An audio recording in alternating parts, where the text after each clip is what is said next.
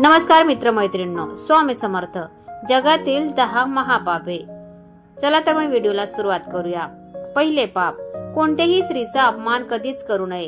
गरोदर किंवा मासिक धर्म दरम्यान स्त्रीला वाईट बोलणे हे महापाप आहे. अशा व्यक्तीला महादेव आणि कोणतीही देवता कधीच माफ करत नाही.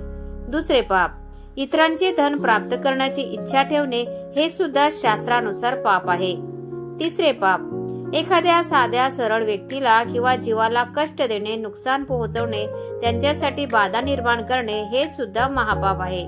चौथे पाप, चांगले वाईट चूक बरोबर जाणून घेतल्यानंतरही चुकीचे काम करणे हे सुद्धा महापाप आहे. पाचवे पाप, इतरांचे पती किंवा पत्नीवर वाईट नजर ठेवणे किंवा त्यांना मिळवण्यासाठी प्रयत्न करणे हे सुद्धा महापाप आहे.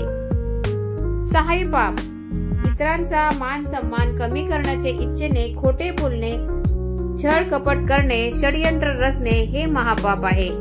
सातवे पाप, लहान मुलं, महिला किंवा कोणतेही कमजोर व्यक्तींची हिंसा करणे, असामाजिक कर्म करणे हे महापाप आहे. आठवे पाप, एखाद्या मंदिरातील वस्तू चोरणे किंवा चुकीच्या पद्धतीने इतरांची संपत्ती हडपणे हे सुद्धा महापाप आहे.